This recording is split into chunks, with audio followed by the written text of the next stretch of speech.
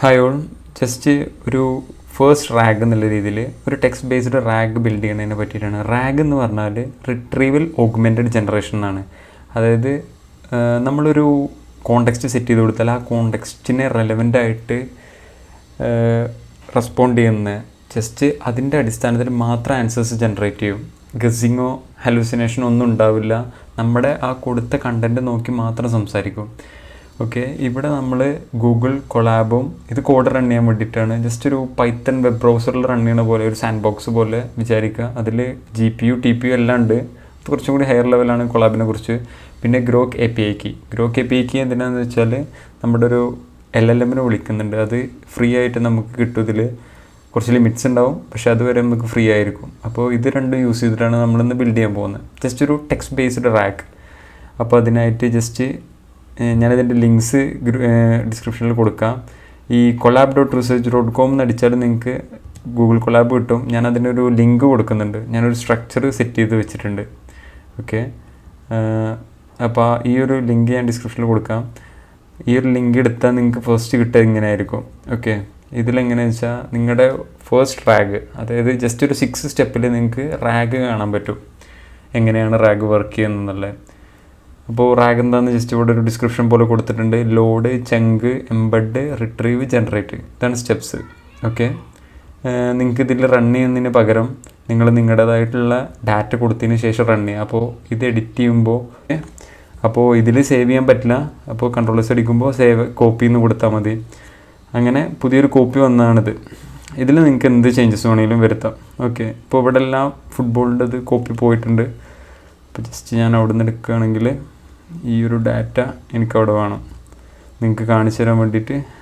Okay, ഇപ്പോൾ ഈ ഒരു ഇത് വെച്ചിട്ടാണ് ഞാൻ നിങ്ങൾക്ക് ബിൽഡ് ചെയ്ത് കാണിച്ചു തരാൻ പോകുന്നത്. ജസ്റ്റ് ആദ്യം പാക്കേജസ് ഇൻസ്റ്റാൾ ചെയ്യൂ. ഇത് സിമ്പിളാണ്. ജസ്റ്റ് ടെക്സ്റ്റ് ഹാൻഡിൽ ചെയ്യാനും സിമിലാരിറ്റി നോക്കാനും മോഡൽ കണക്ട് ചെയ്യാനും വേണ്ടിയിട്ടുള്ള പാക്കേജസ് ആണിത്. ഓക്കെ, അപ്പോൾ അത് റൺ ചെയ്താൽ നമുക്ക് ആ പാക്കേജസ് ഇതിൽ ലോഡായി കിട്ടും. ഇതിപ്പോൾ എൻ്റെ എൻവയോൺമെൻറ്റിൽ പൈത്തൺ വേണമെന്നില്ല, നമ്മുടെ സിസ്റ്റത്തിലല്ല ഇത് റൺ ആവുന്നത്. ഇതെങ്ങനെയാ വെച്ചാൽ ഇത് ഓൺലൈനായിട്ട് ഗൂഗിളിൻ്റെ ക്ലൗഡിലാണ് ഇത് റൺ ആവുന്നത്. ഓക്കെ, ഇതിനെക്കുറിച്ച് നമുക്ക് ഡീറ്റെയിൽ ആയിട്ട് വേറൊരു വീഡിയോയിൽ പറയാം.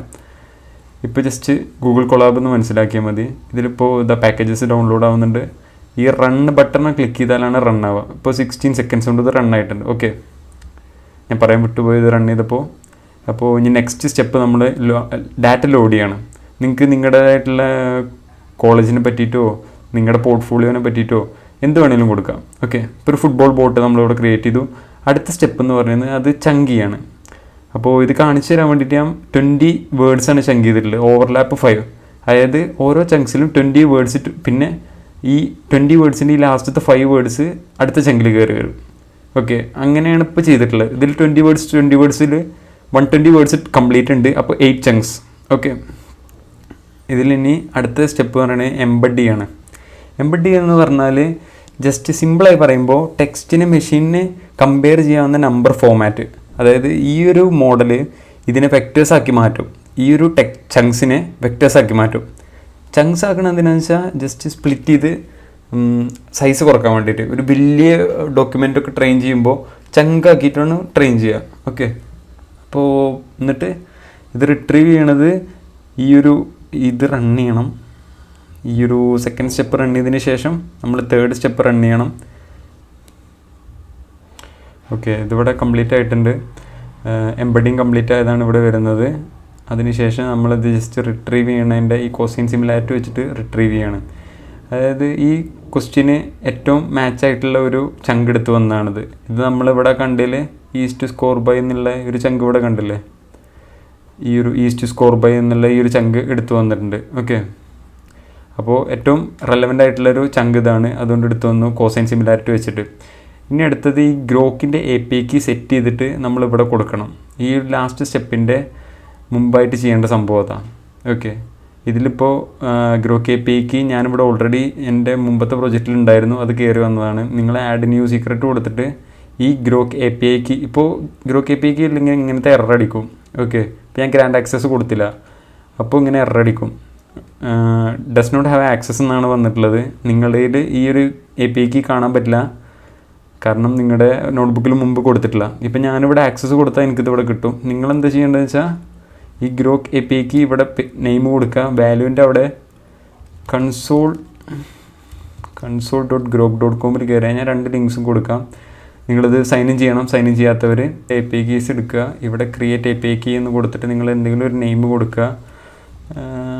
ഗ്രോക്ക് ഫോർ ആഗോ എന്ത് വേണമെങ്കിലും കൊടുത്തിട്ട് നമ്മൾ എക്സ്പയറേഷൻ സെറ്റ് ചെയ്യുക. നിങ്ങൾക്ക് എത്ര വേണമെങ്കിലും സെറ്റ് ചെയ്യുക. API കീസ് അത്രയും സെക്യൂർഡ് ആണ്. അതുകൊണ്ട് നിങ്ങളത് സേഫ് ആക്കി നോക്കാൻ നോക്കുക. സബ്മിറ്റ് ചെയ്യുമ്പോൾ API കീ ജനറേറ്റ് ആവും. ഞാൻ എൻ്റെ API കീ റിവീൽ ചെയ്യണില്ല. അത് 1 ടൈം ആയിരിക്കും. പിന്നെ നമുക്ക് ഇങ്ങനെയുള്ള കാണാൻ പറ്റുക. അപ്പോൾ അത് 1 ടൈം ഉള്ളത് നമ്മളപ്പോൾ തന്നെ കോപ്പി ചെയ്തിട്ട് നമ്മളിവിടെ കൊണ്ടുവന്ന് അത് അതിവിടെ പേസ്റ്റ് ചെയ്യാം. ഓക്കെ, ആ API കീ ഞാൻ ഓൾറെഡി പേസ്റ്റ് ചെയ്തിട്ടുണ്ട് ഇവിടെ. ഇനി എനിക്ക് ജസ്റ്റ് ഇത് റൺ ചെയ്യുമ്പോൾ ആക്സസ് കൊടുത്താൽ മതി. ഞാൻ ഗ്രാൻഡ് ആക്സസ് കൊടുക്കുകയാണ്. ഓക്കെ, ഇപ്പോൾ ജസ്റ്റ് ഇവിടെ ഒരു ക്വസ്റ്റ്യൻ ചോദിച്ചിട്ടുണ്ടായിരുന്നു, ഇത് വർക്കിംഗ് ആണോ നോക്കാൻ വേണ്ടിയിട്ടുള്ളത്. അപ്പോൾ അർജൻറ്റീന വോണെന്ന് വന്നു. ഇപ്പോൾ ഇതിൽ മെയിൻ സംഭവം എന്ന് പറയുന്നത് ഈ ഒരു സിസ്റ്റം പ്രോംപ്റ്റാണ്. അത് you are answering question about നമ്മുടെ ടോപ്പിക്ക് ഫുട്ബോൾ. ബോട്ടിൻ്റെ പേര് കൊടുത്തിട്ടുണ്ടായിരുന്നു. Use only the context. പിന്നെ അതേമാതിരി ഇതറിയില്ല എന്നുണ്ടെങ്കിൽ ഈ കോണ്ടെക്സ്റ്റിൻ്റെ അപ്പുറത്താണെങ്കിൽ ഐ ഡോണ്ട് നോ എന്ന് പറയണം. അത്രയും പറഞ്ഞിട്ടുണ്ട് നമ്മൾ. ഈ ഒരു മെയിൻ സിസ്റ്റം പ്രോംപ്റ്റാണ് ഇതിനുള്ളൊരു ഹാർഡ് കോഡ് ലിമിറ്റേഷൻ കൊടുക്കുന്നത്. മോഡൽ യൂസ് ചെയ്യുന്നത് ഇതാണ്. API കീ കൊടുത്തു, മോഡൽ കൊടുത്തു, കോണ്ടെക്സ്റ്റ് നമ്മുടെ ആ ഒരു ചങ്ക് ചെയ്ത ഡാറ്റ ഇവിടുന്ന് റിട്രീവ് ചെയ്തെടുത്തിട്ടുണ്ട്. പിന്നെ അതിനുശേഷം സിസ്റ്റം പ്രോംപ്റ്റ്, പിന്നെ യൂസർ എന്താണ് ചോദിക്കണമെന്നുള്ള ക്വസ്റ്റ്യന് അതിൻ്റെ കോണ്ടെക്സ്റ്റും കൂടെ കൊടുക്കുന്നുണ്ട്, ക്വസ്റ്റ്യനും കൊടുക്കുന്നുണ്ട്. അപ്പോൾ ഈ മോഡൽ റെസ്പോണ്ട് ചെയ്യും. ഇനി ജസ്റ്റ് ഈ ഒരു ചാറ്റ് ബോട്ട് റൺ ചെയ്ത് കാണിച്ചു തരാം. ജസ്റ്റ്